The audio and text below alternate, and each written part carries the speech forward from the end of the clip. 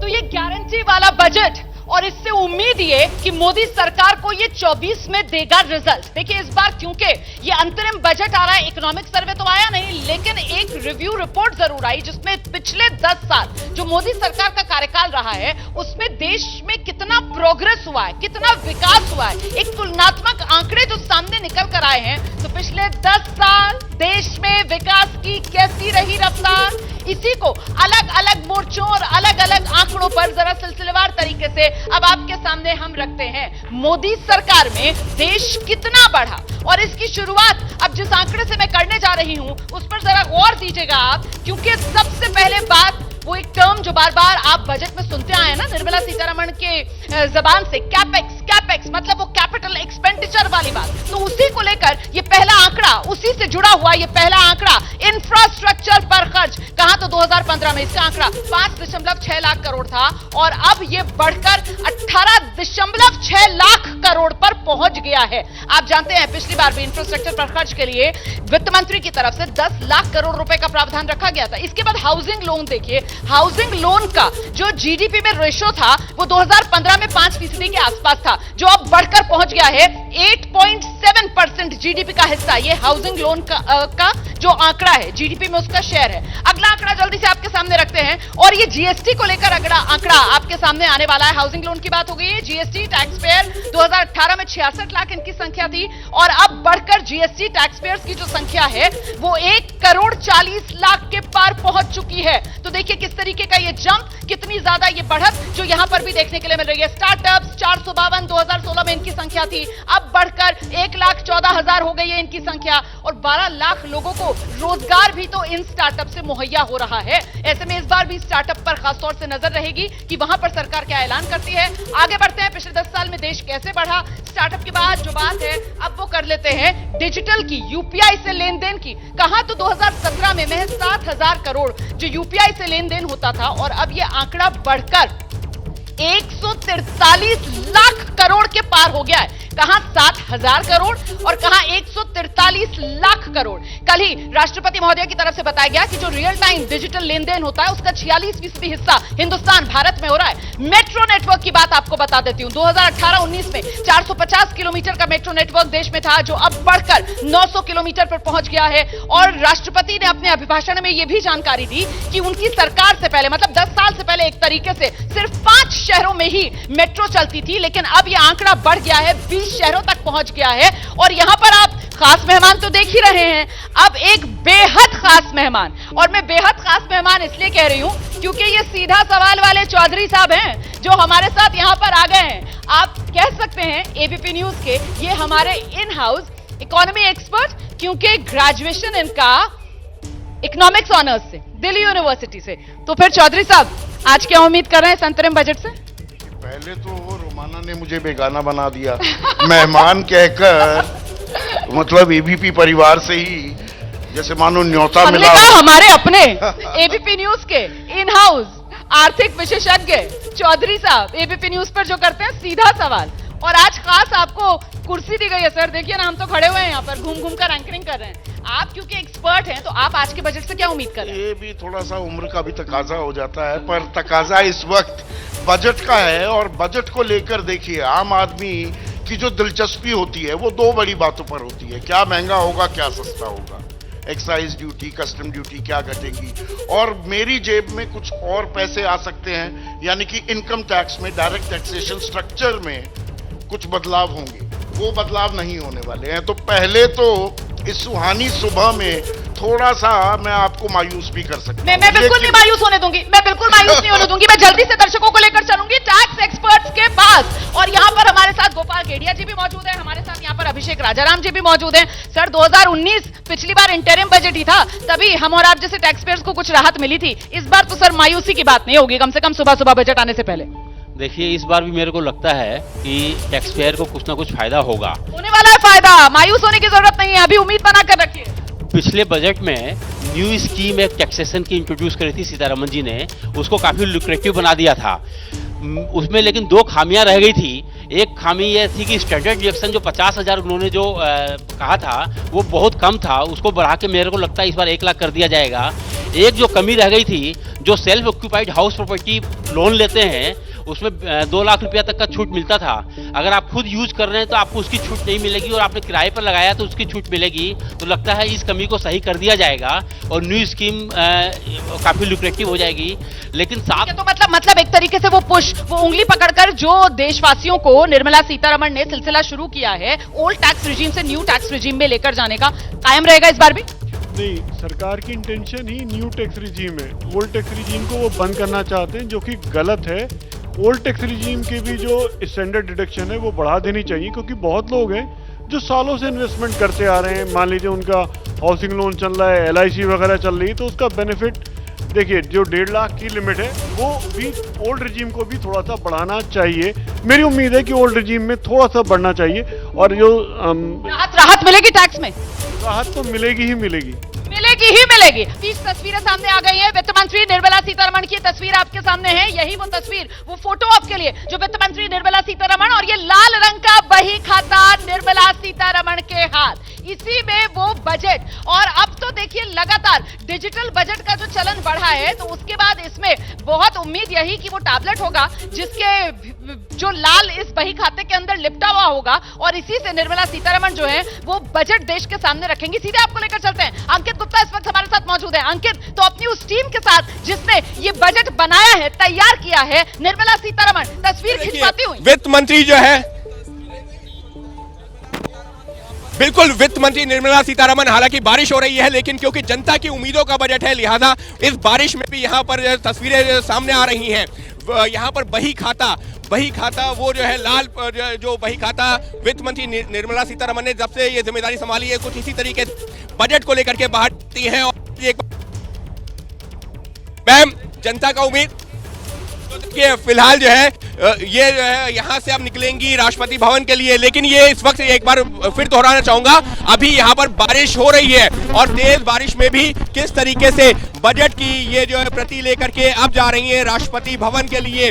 ये जो तस्वीरें हैं ये वित्त मंत्रालय में जहां पर जो है ये बजट की प्रति रखी हुई थी, उनके साथ में जो है पंकज चौधरी जो कि वित्त राज्य मंत्री हैं वो यहां पर नजर आ रहे थे। उसके अलावा जो है वित्त सचिव वो नजर आ रहे थे। और ये जो तस्वीरें हैं ये जो है साफ तौर पर वित्त मंत्रालय के बाहर से वित्त मंत्री निर्मला सीतारमण अब निकल रही हैं राष्ट्रपति भवन के लिए। प्रवीण, आइए थोड़ा सा आगे आइए, हम जिससे कि वो रास्ता दिखाते हैं जहां से जो है वित्त मंत्री का काफिला राष्ट्रपति भवन के लिए बढ़ेगा। लेकिन एक तेज बारिश के माहौल में, ऐसा यकीन मानिए इससे पहले जो है बहुत सारे बजट कवर किए, लेकिन इस तरीके का माहौल कभी देखने को मिला है। प्रवीण, थोड़ा सा अगर आप आगे आ पाए तो दिखाइए किस तरीके से इस वक्त जो वित्त मंत्री निर्मला सीतारमण का ये जो काफिला है ये राष्ट्रपति भवन की तरफ आगे बढ़ गया है।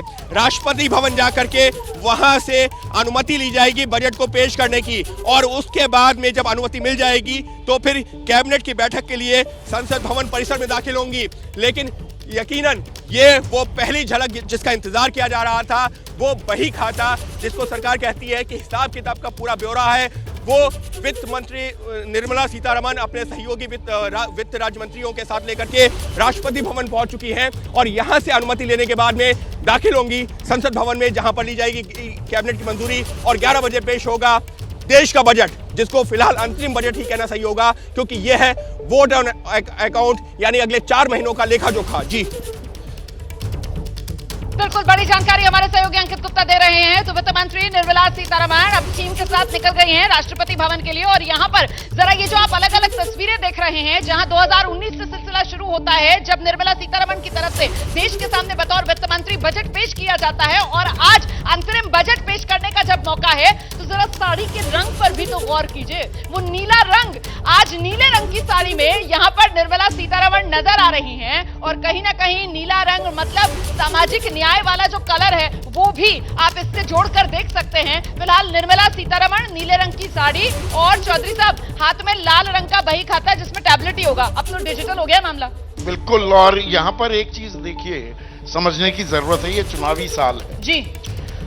मोरारजी देसाई के बाद निर्मला सीतारमण दूसरी ऐसी वित्त मंत्री बनी है लगातार 5 पूर्ण बजट और 1 अंतरिम बजट वो पेश करने जा रही हैं। अब इसमें बड़ी घोषणाएं नहीं हो सकती, लेकिन जैसे राकेश भाई कह रहे थे 4 जातियों की बात लगातार प्रधानमंत्री मोदी कर रहे हैं, तो इन जातियों में किसानों से आप सवाल पूछ रही थी।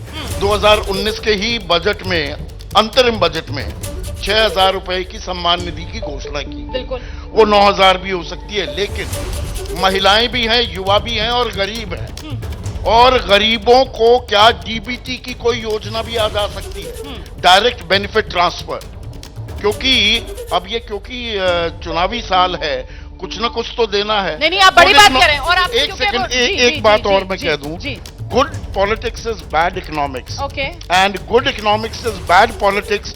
उसके बीच में ही सामंजस्य कहीं बिठाना होगा निर्मला सीतारमण। ये बड़ी बात आपने कही है, लेकिन यहाँ पर सरकार के पास स्पेस है। जिस तरीके से दिबांग जीएसटी के कलेक्शंस आ रहे हैं, वो टैक्स कलेक्शंस के जरिए, और जिस तरीके से तेजी जो जीडीपी के आंकड़े नजर आ रहे हैं उसमें बनी हुई नजर आ रही है, तो उसके बाद आपको लगता है कि अभी जो बात यहाँ पर कह रहे थे संदीप की गुड पॉलिटिक्स बैड इकोनॉमिक्स और गुड इकोनॉमिक्स बैड पॉलिटिक्स, वो लागू होगा यहाँ पर? एक बात ये संदीप साहब कह रहे हैं कि अगर आप अंग्रेजी में बोलते हैं तब आपकी बात में वजन आता है। ये वो बात कह रहे हैं और ये बात समझने वाली है। पर मैं कह रहा हूं कि जो ग्रामीण क्षेत्र है उस पर जरूर यहाँ पर बात होनी चाहिए। अगर नहीं होती, मैं जरूर चाहूंगा कि ग्रामीण क्षेत्र पर बात हो, क्योंकि अगर आप युवाओं की बात कर रहे हैं, महिलाओं की बात कर रहे हैं, आप गरीबों की बात कर रहे हैं, तो वो सबसे ज्यादा ग्रामीण क्षेत्र में रहते हैं। बिल्कुल। अगर आप देखें तो ग्रामीण क्षेत्र में वर्कर्स की संख्या करीब 40 करोड़ है और जिस तरह का उनको पैसा मिलता है, उनको रोजगार मिलता है, वो शहरों के मुकाबले बहुत कम है। महिलाओं की बात करें, जिस तरह का कुपोषण ग्रामीण क्षेत्र में है, भयावह स्थिति है। ये वो बातें हैं, ये बातचीत आगे बढ़ाएंगे। होती छोटे से ब्रेक के लिए यहाँ पर रुक जाते हैं, फौरन लौट जाएं। और डायरेक्ट बेनिफिट ट्रांसफर की क्योंकि यहाँ पर बात हुई है, तो कल ही ये जानकारी सरकार की तरफ से दी गई कि अभी तक 34 लाख करोड़ रुपए डायरेक्ट बेनिफिट ट्रांसफर्स के जरिए सीधे खातों में पहुंचाए गए हैं मोदी सरकार के 2 कार्यकाल में गरीबों के। तो इस बार और क्या हो सकता है, इस पर भी हमारी नजर है। तो मजबूत इकोनॉमी, बेहतर आमदनी, रोजगार के और मौके, महंगाई पर काबू और साथ ही वो 4 जातियां जिन पर आज के बजट में फोकस रहने वाला है, क्योंकि ये बजट जो है वो गारंटी वाला बजट है। इसका भरोसा मोदी सरकार की तरफ से दे दिया गया है। ये बजट जो है वो 2047 तक विकसित भारत की नींव रखने वाला बजट है। इसका आश्वासन भी मोदी सरकार की तरफ से दे दिया गया है। और ऐसे में महत्वपूर्ण ये हो जाता है, कुछ और जानकारियां जल्दी से ले आते हैं। क्या जानकारियां आपको देंगे, उससे पहले जरा बाजार से जुड़ी बड़ी खबर आपको बता देते हैं। शेयर बाजार, इस वक्त का अपडेट ये है कि थोड़ी सी बढ़ोतरी शेयर बाजार में इस समय देखने के लिए मिल रही है। ये जानकारी सामने निकल कर आ रही है। 50 पॉइंट्स की मामूली सी बढ़त शेयर बाजार में दिख रही है और इस पर संदीप और जानकारी देंगे। मतलब कहीं ना कहीं वेट एंड वॉच की स्थिति में है शेयर बाजार। नजर बाजार की बजट पर।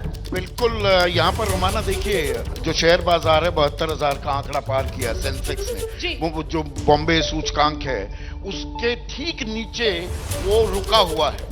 तो क्या बड़ा फैसला कुछ आ सकता है? नीतिगत फैसले तो नहीं होंगे, लेकिन एक आधार, एक राह क्या सरकार दिखाने में कामयाब होगी। कल इकोनॉमिक सर्वे नहीं आया है, तो आज ऐसे में बजट में क्या कहती हैं, और 2047 का आप जिक्र कर रहे थे कि विकसित भारत बनाना है, वो राह पर नजर होगी आज की तारीख में जितने भी कारोबारी हैं और जो फैसला लेने वाले हैं और जो उद्योगपति हैं और आम आदमी भी। बिल्कुल, सरकार की प्राथमिकता कहां रहने वाली है। देखिए, ये बात जो है वो पूरी तरीके से साफ हो जाएगी इस अंतरिम बजट में कि सरकार की प्राथमिकता क्या रहने वाली है, सरकार की दिशा आने वाले सालों में क्या रहने वाली है, देश किस दिशा में आगे बढ़ेगा। कुमारदीप, देखिए, अगर अंतरिम बजट की बात करें, अंतरिम बजट से आने से पहले ही, एक दिन पहले ही, कल ही मोबाइल फोन जो मैन्युफैक्चरिंग होता है, जो नोएडा में ही मैन्युफैक्चरिंग होता है, उसके जो कंपोनेंट्स हैं उस पे जो कस्टम्स ड्यूटी है वो घटा दी गई है। इसको एक्सपोर्ट्स को ध्यान में रखते हुए किया गया है। इससे डोमेस्टिक प्राइसेस पर भी असर पड़ सकता है।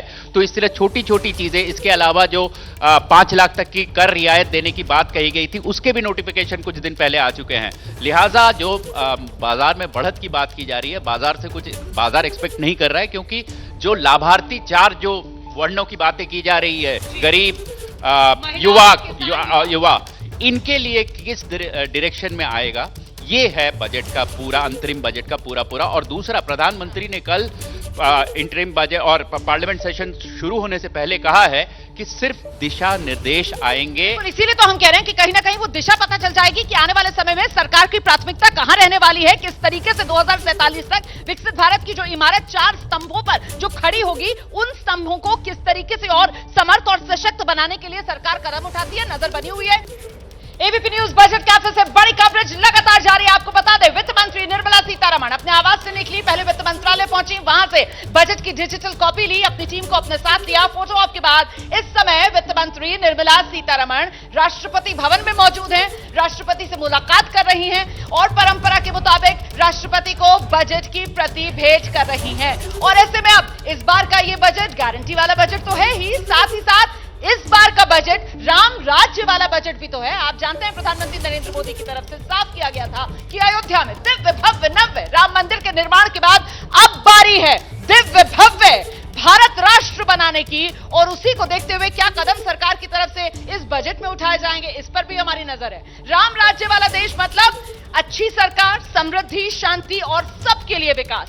राम राज्य मतलब सरकार की कल्याण योजनाएं जो हैं वो इस राम राज्य की बुनियाद बनेंगी। राम मंदिर की प्राण प्रतिष्ठा के बाद ये देश में आने वाला पहला बजट है, भले ही अंतरिम ही सही। बजट सत्र की शुरुआत में प्रधानमंत्री ने सबको राम राम से बात शुरू की और समाप्त भी अपनी बात राम राम पर ही की थी। और ऐसे में राष्ट्रपति द्रौपदी मुर्मू, उनके अभिभाषण में भी कल आपने सुना था किस तरीके से राम मंदिर का जिक्र था। तो न सिर्फ राम राज्य और बजट, बल्कि खासतौर से अयोध्या को लेकर, किसी तरीके के टूरिज्म सर्किट को लेकर, इस पर भी क्या बजट में किसी तरीके की कोई प्रावधान रखा जाएगा, इस पर भी हमारी नजर लगातार बनी हुई है। और खास मेहमान जो हमारे साथ यहां पर मौजूद है, तो इस बार तो प्रोफेसर साहब राम राज्य वाला बजट आने वाला है। राम राज्य में धोखा नहीं होता है रोमाना जी। मैं फिर एक आंकड़े आपको बताऊंगा क्योंकि मैं आंकड़ों पे ही बात करना चाह रहा हूं। पिछली सरकार में जो पिछला सत्र था, भारतीय जनता पार्टी ने दावा किया था, ट्रांसपोर्ट मिनिस्ट्री नो डाउटली लोग कहते हैं अच्छा काम कर रही है, मैं भी कह रहा हूं अच्छा काम कर रही है। ट्रांसपोर्ट मिनिस्ट्री ने 12,000 किलोमीटर हाईवे बनाने का वादा किया था और 5,774 किलोमीटर बना पाई, यानी आधे पर है। तो भारतीय जनता पार्टी की जो सबसे बेस्ट मिनिस्ट्री है उसकी परफॉर्मेंस आधी है। फिर मैं कहूंगा कि धोखा 4 गुना है, इसलिए गारंटी की बात नहीं है, ये जुमले की घंटी है बात। तो मतलब यहाँ पर प्रोफेसर साहब जो हैं समाजवादी पार्टी के नेता, उनको तो लग नहीं रहा है राम राज्य आने वाला है। किसान नेता खटाना साहब यहाँ पर मौजूद हैं, आप लोगों को उम्मीद है राम राज्य की? यहाँ सारे बोर्ड लग रहे हैं गारंटी के, हम भी देख रहे हैं 2022 से किसान की आमदनी दूनी हुई है, 24 में गारंटी मिलेगी दूनी करने की। कोई उसके लिए भी कोई बजट है किसान के लिए भी? तो कह रहे हैं प्रधानमंत्री किसान सम्मान निधि उसमें बढ़ा दिया जाएगा, राशि 6,000 से कर दी जाएगी 8 या 10,000। ये तो 2014 से कह रहे हैं कि हमें 2 गुनी कर दूंगा आय को। किस तरीका से होगी? इस तरीका से कि जहां पर बिजली के रेट बढ़ाए जाते हों, खाद को घटा करके उसके रेट बढ़ाए जाते हों और गन्ने के रेट और गेहूं के रेट ना बढ़ाए जाते हों, तो आमदनी दूनी कौन सा फार्मूला है जिससे आमदनी दूनी हो जाएगी? यहाँ किसान को लूटा जाता है और किसान के नाम पर राजनीति की जाती है। बजट में इनके नाम पर कुछ नहीं है। खटाना साहब, सरकार की तरफ से ये जानकारी दी गई कि साहब हमारी सरकार ने तो एमएसपी पर खरीद का जिक्र उन्होंने किया। उन्होंने कहा पहले तो धान का, गेहूं का, उसी का खरीद हो रहा था, हमने तो आकर दलहन तिलहन में भी एमएसपी देना शुरू कर दिया। आंकड़े दे रही थी सरकार। हम तो ये कह रहे हैं कि एमएसपी पे आप बिल्कुल मत खरीदो, एमएसपी को गारंटी कानून कर दो ना। आप खरीदना खाना खरीदना छोड़ दो, आप जो खरीदेगा, जिसको खरीदना होगा वो खरीद लेगा। गारंटी वाले बजट में एमएसपी कानूनी गारंटी बना दो, ये कह रहे हैं। हम तो उम्मीद उसी पे बैठे हैं कि भाई 2024 में तो कम से कम एक गारंटी तो मिल ही जाएगी हमें भी। इस किसान को डिजिटल नहीं मिल सकता क्या? गन्ने को डालने के बाद में उसके खाते में इस फोन से पैसा नहीं आ सकता? वो 1.5 साल तक इस बात पर इंतजार करता है कि मुझे मेरा पैसा मिलेगा जब मैं अपनी बेटी की शादी करूंगा। उसके लिए बजट में क्या लेकर के आ रहे हैं, उसको देखने के लिए बैठे हैं आज हम। किसान नेता है, भारतीय किसान यूनियन से ताल्लुक रखते हैं और इनके पास तो यहाँ पर आज बजट वाले दिन पूरे शिकायतों की लंबी फहरिस्त है। और थोड़ी देर पहले वो तस्वीरें भी सामने आई जब बजट की कॉपी संसद भवन पहुंची है। वो तस्वीरें आपको दिखाते हैं मेरे सहयोगी अंकित गुप्ता की इस रिपोर्ट में। देखिए, बजट की कॉपी पहुंच चुकी है संसद भवन परिसर में और फिलहाल देखिए ये जो है, क्योंकि बारिश का माहौल है, इस वजह से बजट की कॉपी को जो है सीधा ट्रक में से उतार करके अंदर ले जाया जा रहा है।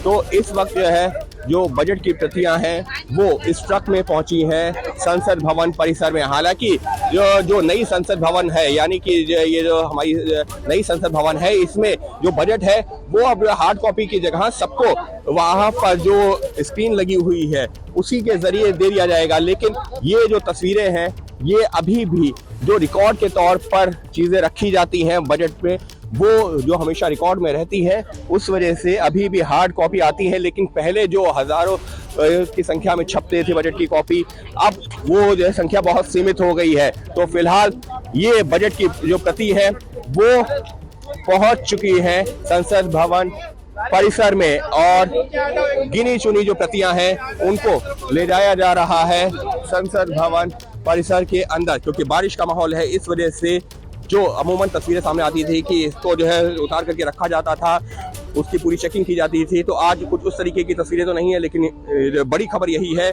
कि बजट की कॉपी पहुंच चुकी है संसद भवन परिसर। अंकित गुप्ता, एबीपी न्यूज, दिल्ली।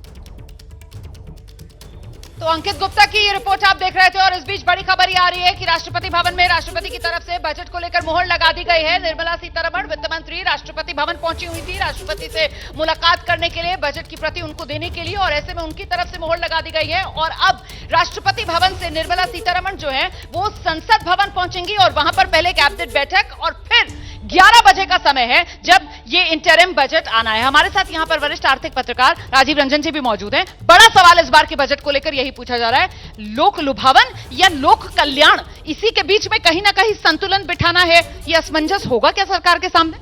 देखिए, 4 चीजें जो ज्ञान के तहत आप सुबह से बता रही हैं, फोकस तो वो रहना है, ये राजनीतिक रूप से बिल्कुल स्पष्ट है, क्योंकि ज्ञान मतलब गरीब, युवा, अन्नदाता और नारी। तो ये 4 बहुत साफ साफ फोकल पॉइंट हैं सरकार के, जिसमें एक सीधा सीधा राजनीतिक मैसेज भी है और साथ ही इसका एक बड़ा राजनीतिक मतलब होने के साथ साथ आर्थिक मतलब भी है, क्योंकि इन 4 सेगमेंट्स को अगर आप एड्रेस करते हैं तो आप इकोनॉमी को एक इस तरह का बूस्ट देंगे, मतलब ऑल कॉर्नर बूस्ट आप कह सकते हैं इसको।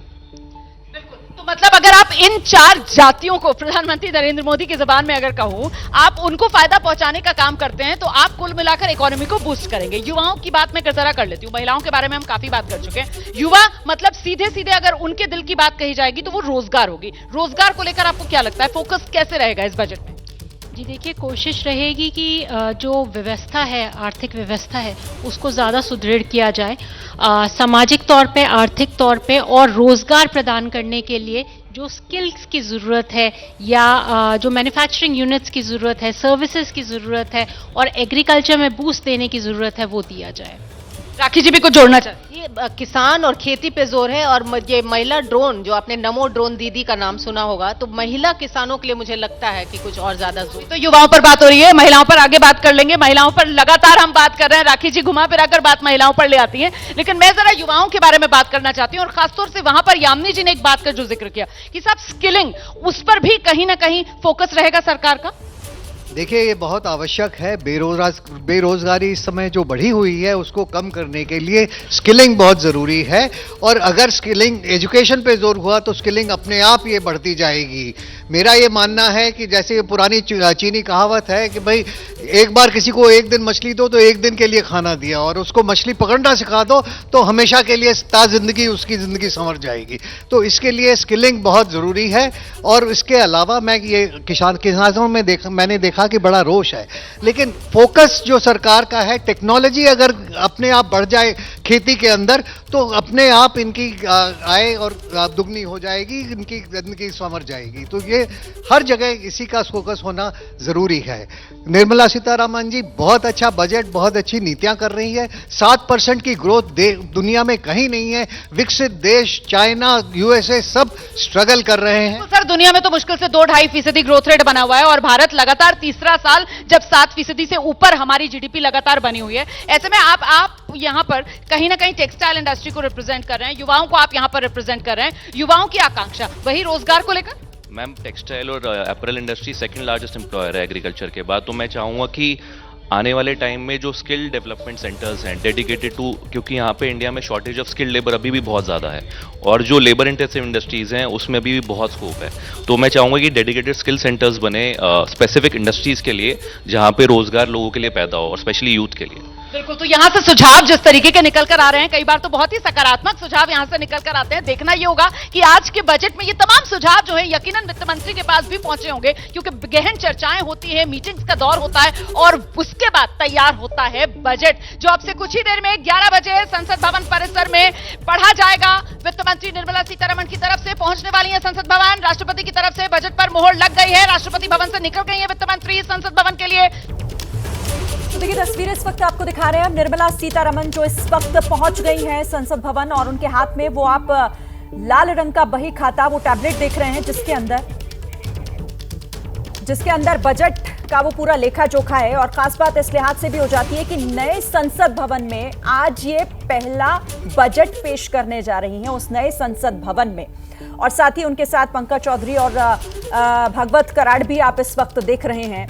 और अब अंदर जाते हुए ये तस्वीरें, पहले बाहर की तस्वीरें अब जा रही हैं नए संसद भवन में, पहला बजट पेश करेंगी। चुनावी साल है तो अंतरिम बजट है ये, लेकिन उसके साथ ही आज ये भी दिखाई देगा कि आखिर देश की तरक्की और देश की आर्थिक सेहत को क्या सुधार देने जा रही हैं निर्मला सीतारमण। इस वक्त ये ताजा तस्वीरें हम आपको दिखा रहे हैं। ये तब की तस्वीरें हैं जब वो संसद भवन पहुंची, जहां हाथ में वो लाल रंग का बही खाता जिसके अंदर पूरा लेखा जोखा। और अब अंदर पहुंच चुकी हैं निर्मला सीतारमण। केंद्रीय कैबिनेट की बैठक होगी, प्रधानमंत्री नरेंद्र मोदी पहले से ही वहां पर मौजूद हैं और केंद्रीय कैबिनेट की बैठक के बाद इस बजट को मंजूरी दी जाएगी, केंद्रीय कैबिनेट की मुहर लगेगी और फिर उसके बाद 11 बजे बजट पेश किया जाएगा। आइए आपको लिए चलते हैं एक बार फिर से बजट कैफे रुमाना के पास। तो राष्ट्रपति से अप्रूवल के बाद अब बजट की प्रति लेकर पहुंच गई हैं वित्त मंत्री निर्मला सीतारमण। आप देख रहे हैं संसद भवन परिसर, जहां पर कैबिनेट की अप्रूवल के बाद संसद में बजट भाषण पढ़ेंगी निर्मला सीतारमण, जिसका देश को बेसब्री से इंतजार है। और ऐसे में वो लाल रंग का बही खाता जिसके भीतर टैबलेट रखा हुआ है, क्योंकि डिजिटल अंदाज में अब बजट पढ़ने का चलन शुरू हो गया है। और अब बारी आज का बजट अभी जानने की, क्या हो सकता है आज के बजट में। ये लाल रंग का बही खाता जब खुलेगा तो फिर इसमें से क्या कुछ निकल सकता है सामने, सिलसिलेवार तरीके से आपके सामने रखते हैं। न्यू टैक्स रिजीम के तहत 7.5 लाख तक की आमदनी टैक्स फ्री संभव हो सकती है। ये बड़ा ऐलान किया जा सकता है आज, और इसके जरिए कहीं ना कहीं देश को जो न्यू टैक्स रिजीम है उसकी ओर एक कदम आगे बढ़ाती हुई नजर आएंगी वित्त मंत्री निर्मला सीतारमण। किसान सम्मान निधि 6,000 रुपए से बढ़ाकर 8 से 10,000 रुपए इसका दायरा किया जा सकता है। खेती के लिए कर्ज के टारगेट में 20 से 25% तक की बढ़ोतरी हो सकती है। घर बनाने के लिए 60,000 करोड़ रुपए की एक नई स्कीम लाने की संभावना जताई जा रही है। एनपीएस को आकर्षक बनाने के लिए नए फायदों का ऐलान किया जा सकता है। आयुष्मान भारत के तहत 5 लाख की जगह 10 लाख तक का बीमा कवर दिया जा सकता है। 28 किलोमीटर से बढ़ाकर रोजाना 35 किलोमीटर सड़क निर्माण का ऐलान भी किया जा सकता है। तो कुल मिलाकर आज का बजट अभी आप देख रहे थे, जल्दी से आपको लेकर चलते हैं। हमारे साथ यहां पर जो एक बड़ा पैनल मौजूद है, संदीप चौधरी हमारे साथ मौजूद है। जरा उनसे ये समझते हैं कि लाल रंग का बही खाता, टैबलेट, उसमें बजट, लोक लुभावन या लोक कल्याण, इसी को लेकर सबसे बड़ी चुनौती बैलेंस कैसे बनेगा, यही होगी। बिल्कुल, और उसके लिए पैसा चाहिए ना। वो अंग्रेजी में कहते हैं not to offend anybody, show me the money honey. पैसा कितना है आपके पास, और हमें यह बात भी समझनी होगी कि हमारा जो राजकोषीय घाटा है 5.9% है। सरकार कह रही है 2025-26 में इसे 4.5% पर ले आएंगे। 17,86,816 करोड़ ये हमारा घाटा है। 45 लाख करोड़ का तो हमारा बजट ही है। तो वो पैसा चाहिए ना, और 173 लाख करोड़ का कर्ज है देश पर। तो लोक लुभावन और लोक कल्याण, इसीलिए लोक लुभावन पर आप जाएंगे वो हो जाती है रेवड़ी, और लोक कल्याण करना वो सरकार की प्राथमिक जिम्मेदारी है। We are a welfare state. तो एक टाइट रोप वॉक जरूर है, और मेरे ख्याल से मट्टू साहब इस पर और प्रकाश डाल पाएंगे। आपने बिल्कुल सही कहा है। तो वो पैसा कहां से आएगा, मट्टू साहब से आगे जवाब लेंगे।